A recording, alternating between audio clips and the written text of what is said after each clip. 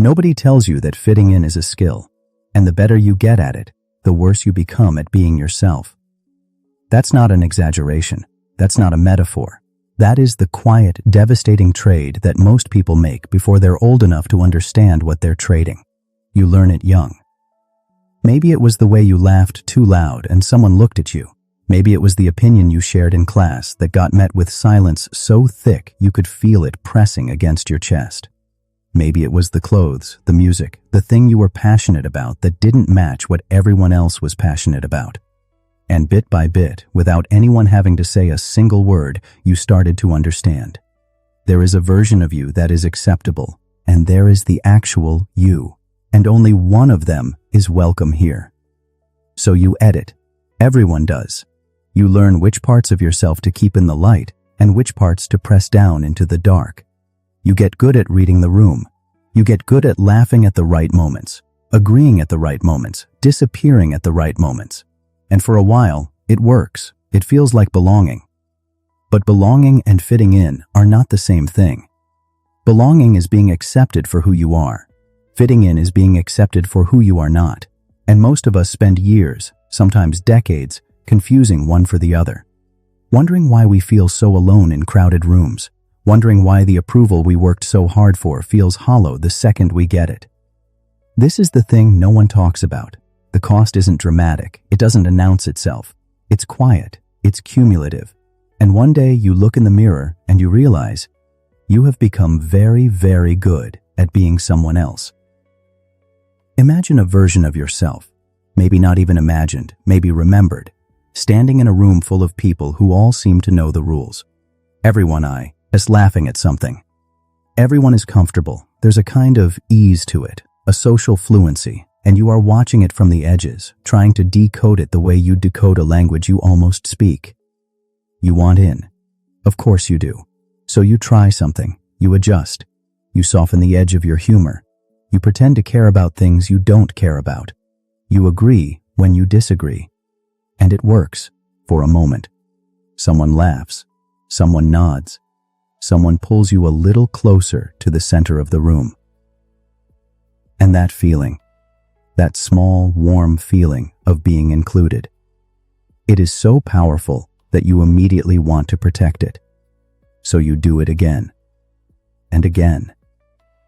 And slowly, without realizing it, you are not adjusting anymore.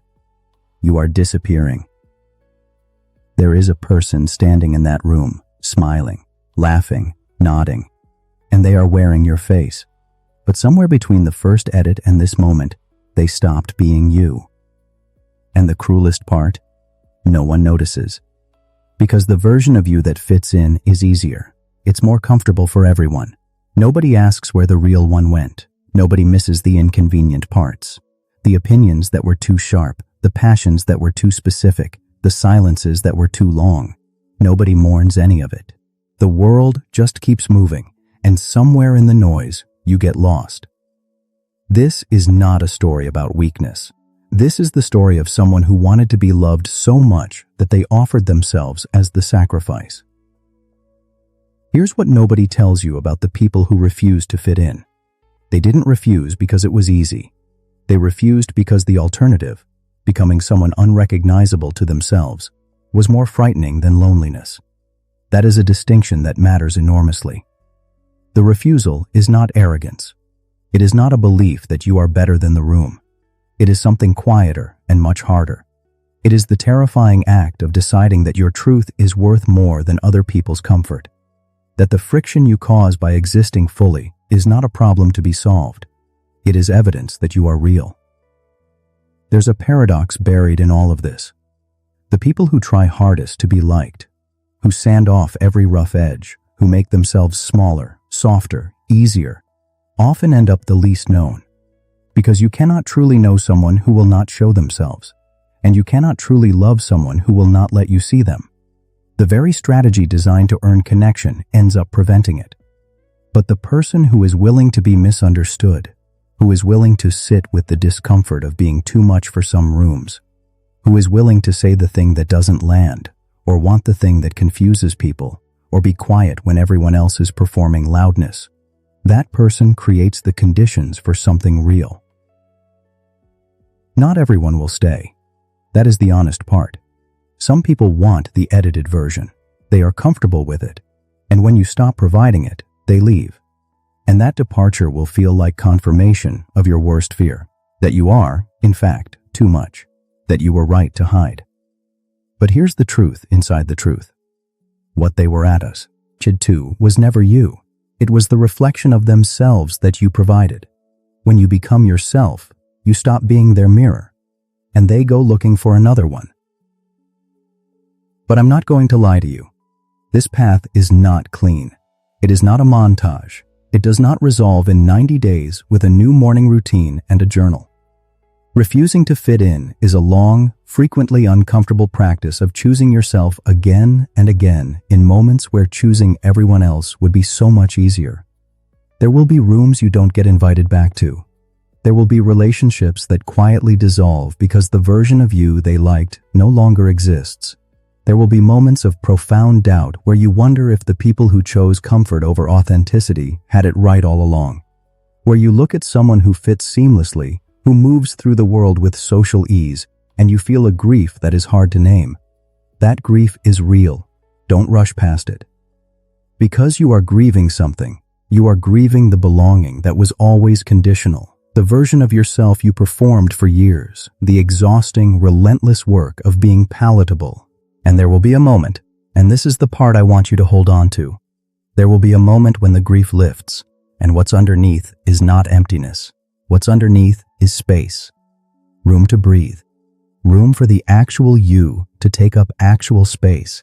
And in that space, something starts to happen that no amount of fitting in could ever manufacture. People start to find you. Not the easy version, not the agreeable, edited, conflict-free version. You, the specific, strange, particular you. And the connection that happens between two people who are both being real is so different in quality from the polished performance of fitting in that there's almost no comparison. It is the difference between being seen and being tolerated, between belonging and access. So, here you are. Maybe you have spent years fitting in, and you are tired in a way that sleep doesn't fix. Maybe you have always been on the outside, and you have been wondering if it was worth it, if all this friction and loneliness was pointing towards something or just the price of a bad hand. It is pointing towards something. Not comfort, not ease, not a life without difficult rooms or unanswered invitations, but toward the rare and irreplaceable experience of being known, of moving through the world as yourself, fully, even when it costs you, even when it's inconvenient, even when the room doesn't understand. You were not made to be palatable. You were made to be real. And the truth about refusing to fit in is this. It is not a rejection of the world. It is the only real way of entering it.